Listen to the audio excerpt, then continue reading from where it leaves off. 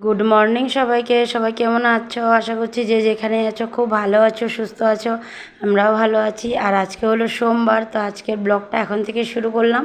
আর আজকে হলো জন্মাষ্টমী, তো সবাইকে জন্মাষ্টমীর খুব খুব খুব শুভেচ্ছা ও ভালোবাসা। সবাই ভালো থাকুক, সুস্থ থাকুক, ভগবান সবাইকে ভালো রাখুক। আর এখন দেখো আমি দুপুরে রান্নাটা বসিয়ে দিয়েছি। আর একদিকে বানাচ্ছি হলো শুটকি দিয়ে চিচিঙ্গা বানাবো। আর ভাতটা আমার হয়ে গেছে, তো ভাত আমি উপর দিয়ে দিয়েছি। আর এখন শুটকিটাই খালি বানানোর আছে, ওটাই বানাবো। আর ডাল আর ডিম বানিয়েছিলাম, সেটা আমি সকালবেলায় বানিয়ে ফেলেছিলাম। শুধু আমার চিচিঙ্গাটাই ছিল, কারণ এটা জোগাড় করা ছিল না, তো এটা কাটা বাছা সব করে তারপরে বসালাম। আর এদিকে দেখো মাও ঘর মুছতে চলে এসেছে। মার ঝাড় দেওয়া হয়ে গেছে, মা এখন ঘর মুছে ফেলছে। আর এদিকে ছোটোজন ঘুমিয়ে ঘুমিয়ে টিভি দেখছে, মানে ঘুমায় না, শুয়ে শুয়ে আর কি, সরি, দিবানে শুয়ে শুয়ে টিভি দেখছে। আর মা এদিকে ঘর মুছছে। তো আমি ওই জন্য, ও আবার তো বড় ছেলেও আজকে, তো যেহেতু সোমবার স্কুল বন্ধ জন্মাষ্টমীর জন্য, বড় ছেলের স্কুল বন্ধ আছে, ওই জন্য ও আজকে ঘরে আছে। আর মেজো ছেলে আর ভাই আজকেই আসবে, ওরা আসেনি কালকে, ওরা আজকে বিকালে আসবে। তো চলো চলে আসলাম রান্নাঘরে বন্ধুরা, কারণ আমি চিচিঙ্গাটা বসিয়ে রেখে গেছিলাম তাই। তো দেখো আমি চিচিঙ্গাতে সব মশলা দিয়ে দিয়েছি, লঙ্কা বাটা, পেঁয়াজ বাটা, রসুন ফোড়ন আগেই দিয়ে তারপরে চিচিঙ্গাটা দিয়েছিলাম, যার জন্য আর কি রসুনটা পরে আর দিইনি, কারণ আগেই দিয়ে দিচ্ছি। তো এখন নুন আর হলুদ দিয়ে একেবারে ভালো মতন নেড়ে চেড়ে এখন আর ঢাকবো না, এমনি রেখে দেবো, কারণ চিচিঙ্গাটা ভালো করে সিদ্ধ হয়ে গেছে ওই জন্য। তো ওইদিকে দেখো আমার চিচিঙ্গা হয়ে গেছে, কালারটাও দেখো সুন্দর চলে আসছে।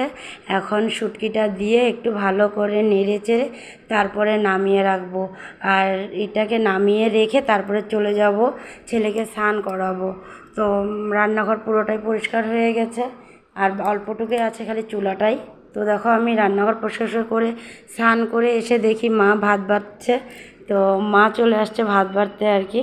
তো এদিকে দেখো বাবাকেও দিয়ে দিচ্ছে, আর ওদিকে তোমাদের দাদাভাইকে আর আমার জন্য মা অল্প প্রসাদ রেখেছিলো, তো ওটাই আমি নিয়ে নিলাম। আগে প্রসাদটা খেয়ে নেব, তারপরে বড় ছেলেকে ভাতটা খাওয়াবো ভেবেছিলাম, বড় ছেলে ছোটো ছেলে দুজনকে খাইয়ে দেবো, কিন্তু মা বড় ছেলেকে নিয়ে বসে পড়েছে খাওয়াতে। আর এদিকে দেখো তোমাদের দাদাভাইয়েরও খাওয়া মোটামুটি হয়েই গেছে, আর বাবারও হয়েই গেছে, মানে খাচ্ছে আর কি, আর অল্পই আছে। তো এদিকে আমি এখন ছোটো ছেলের ভাতটা নিয়ে নিয়েছি, এখন গিয়ে ওই সাইডে গিয়ে বসবো। তো ও দেখো বাবার মোবাইলটা নিয়ে আসছে, বাবার মোবাইল দেখে দেখে ও খাবে।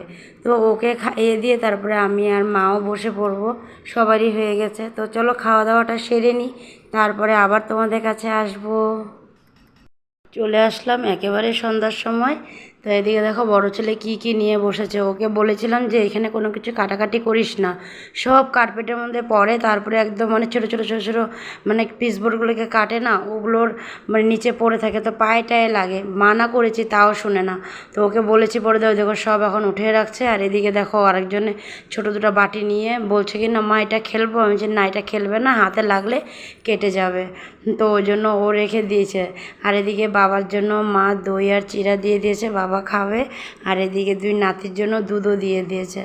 আর মা এখন চা নিয়ে আসবে, মা চা বসিয়ে রেখেছে। তো আমি এখন দুজনকে ডাকতে গেছি খাওয়ার জন্য।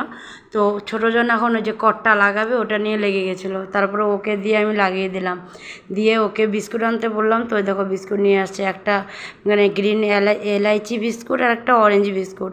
তো এলাইচি বিস্কুটটা বড়জন খাবে, তো ওই জন্য ভাই গিয়ে নিয়ে আসছে দুজনের জন্য বিস্কুট।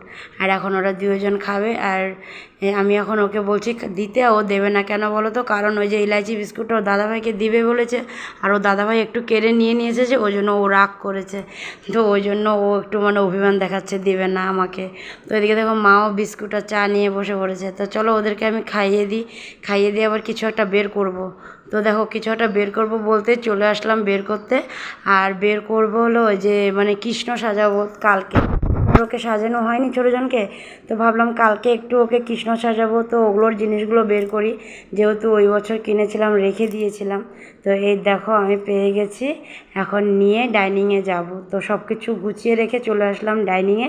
বড়জন নিয়ে আসছে, ও বলছে কি মা আমি বাঁশি বাজাবো, আমি বলছি না এখন বাজাবো না। তো ওর আম্মাও মানা করেছে যে এখন বাজাবো না, কালকে বাজাবো।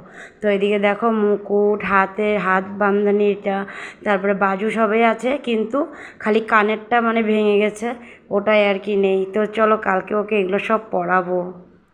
তো বন্ধুরা দেখো চলে আসলাম মন্দিরে, আর আমার সাথে তোমার দাদাভাই আর 2 ছেলে এসেছে, বাকিরা কেউ আসেননি। আমরাই এসেছি, ঘরের সামনেই মন্দির, ওখানে কীর্তন হচ্ছে। তো বেশ সুন্দর মানে কীর্তন, তোমাদেরও শুনে খুব ভালো লাগবে। আশা করছি তোমাদেরও মানে দেখেও ভালো লাগবে, শুনেও ভালো লাগবে। তো চলো পূজাটা পুরাটা শেষ করে তারপরে ঘরে যাব। তো চলো তোমরাও একটু দেখো আর আমিও দেখি।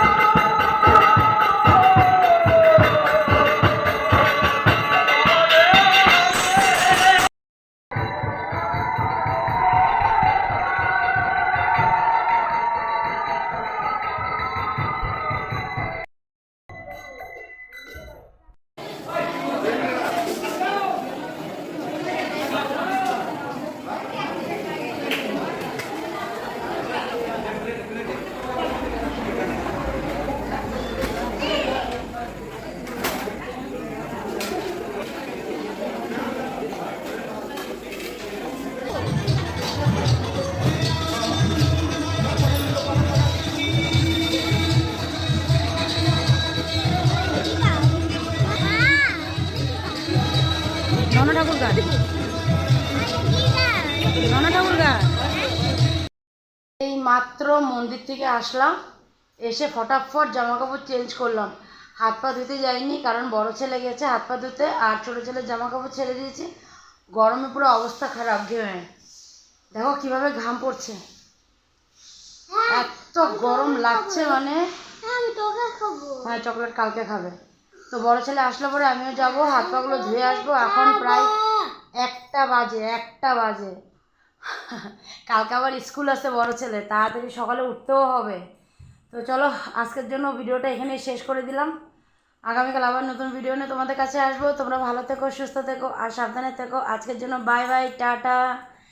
সবাইকে আরেকবার শুভ জন্মাষ্টমী। সবাইকে ভালো রাখুক ঠাকুর, সুস্থ থাকুক, সবাই ভালো থাকুক। Tata bye night.